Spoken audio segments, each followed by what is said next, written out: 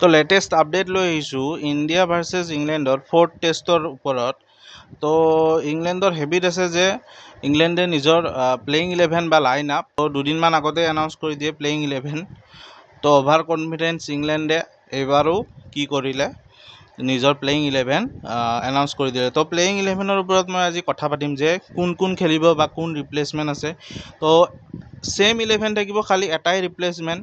Last মেটছত Shoaib Basheer ইনজুৰ্ড হৈ গৈছিল, তো শোয়েব বাছিৰৰ জেগাত লিয়াম ডছন আজি খেলিব। তো বলিং অলৰাউণ্ডাৰ হয় লিয়াম ডছন। আৰু যদি মই লাইন আপটো এবাৰ কৈ দিওঁ তেনেহ'লে playing 11 for the 4th test against India. তো অপেনাৰ আহিব জেক ক্ৰলি আৰু বেন ডেকাৰ্ট। তো দুইটাই সিমান এটা মানে ছাকচেছফুল হোৱা নাই, ফ্লপ মাৰি আছে জেক ক্ৰলি বিশেষকৈ। তাৰ ওপৰত যদি মই কওঁ অপেনাৰ আহিব, অপেনাৰ ক'লোঁ মই ফাৰ্ষ্ট ডাউন আহিব অলি পপ। তো থাৰ্ডত অলি পপ আহিব, 4 নম্বৰত আহিব জো ৰুট আৰু 5 নম্বৰত আহিব হেৰি ব্ৰুক। তো হেৰি ব্ৰুকে অলপমান ৰান বনাইছে। আৰু 6 নম্বৰত আহিব বেন ষ্টকছ কেপ্টেইন। 7 নম্বৰত আহিব জেমি স্মিথ। তো জেমি স্মিথৰ ওপৰত চাবলগীয়া হ'ব যে জেমি স্মিথে বহুত ৰানছ বনাইছে এই ছিৰিজটোত, বহুত ধুনীয়া খেলিছে জেমি স্মিথে। তো উইকেট কিপাৰ বেটছমেন হয়তো জেমি স্মিথৰ ওপৰত আমাৰ নজৰ থাকিব কেনেকুৱা খেলে। তাৰপিছত আছে 7 নম্বৰত লিয়াম ডছন। তো লিয়াম ডছনৰ মই কথা ক'লোঁ যি শোয়েব বাছিৰৰ ৰিপ্লেচমেণ্ট হ'ব, একমাত্ৰ স্পিনাৰ খেলাব তো লিয়াম ডছনক। তাৰপিছত আছে ক্ৰিছ ৱকছ। তো ক্ৰিছ ৱকছ হয় অলৰাউণ্ডাৰ, এগেইন বলিং অলৰাউণ্ডাৰ। তো ক্ৰিছ ৱকছ খেলিব বল ছুইমিং কণ্ডিশ্যনত ক্ৰিছ ৱকছত ছুইং খায়। তাৰপিছত ব্ৰাইডন কাৰ্ছ। তো ব্ৰাইডন কাৰ্ছ বাউন্সাৰেৰে আমি দেখিছিলোঁ যে কেনেকৈ বাউন্সাৰ দি ব্ৰাইডন কাৰ্ছ উইকেট লৈছিলে।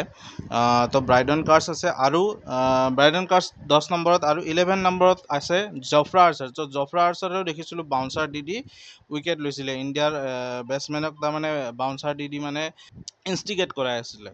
তো এইখিনিয়ে হ'ল আমাৰ প্লেয়িং 11 ইংলেণ্ডৰ। এতিয়া ইয়াৰ ওপৰত যদি মই কথা কওঁ যে 4th টেষ্টখন কালিৰ পৰা আৰম্ভ হ'ব 23 জুলাই। তো অত্যন্ত গুৰুত্বপূৰ্ণ মেটচ হ'ব যদি মই ইণ্ডিয়াৰ পাৰ্চপেক্টিভৰ ফালৰ পৰা চাওঁ, কাৰণ এইখন match do or die match হ'ব ইণ্ডিয়াৰ কাৰণে। কাৰণ এইখন মেটচ হাৰিলে there is no' going back.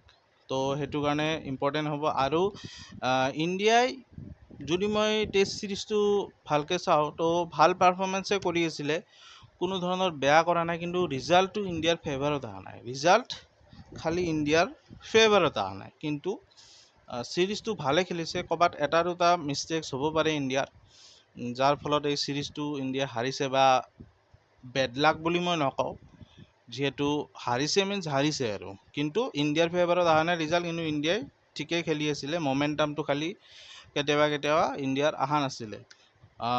কিন্তু এই মেটচখনত চাবলগীয়া হ'ব, যিহেতু আমাৰ কেইবাটাও ইনজুৰি আছে। অৰ্শদীপে নেখেলে এইখন মেটচ। তাৰপিছত নীতিশ কুমাৰ ৰেড্ডি অলৰেডি ছিৰিজৰ পৰা বাহিৰ হৈ গ'ল। তো আমাৰ প্ৰবেবল 11 বা প্লেয়িং 11 কেনেকুৱা হ'ব তাৰ ওপৰত নজৰ থাকিব। আৰু বুমৰাহে, এটা চ'ৰ্চৰ পৰা খবৰ আহিছে যে বুমৰাহে খেলিব।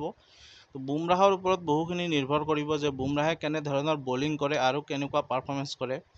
আৰু ইণ্ডিয়াই টছ যদি জিকে, টছ জিকি কি ডিচিশ্যন লয় তাৰ ওপৰতো বহুখিনি বস্তু মেটাৰ কৰিব। তো এইটোৱে আছিল আজিৰ ভিডিঅ' আপডেট এটা। তো ভিডিঅ'টো ভাল পালে লাইক, শ্বেয়াৰ, ছাবস্ক্ৰাইব কৰি দিব চেনেলটো। Thank U.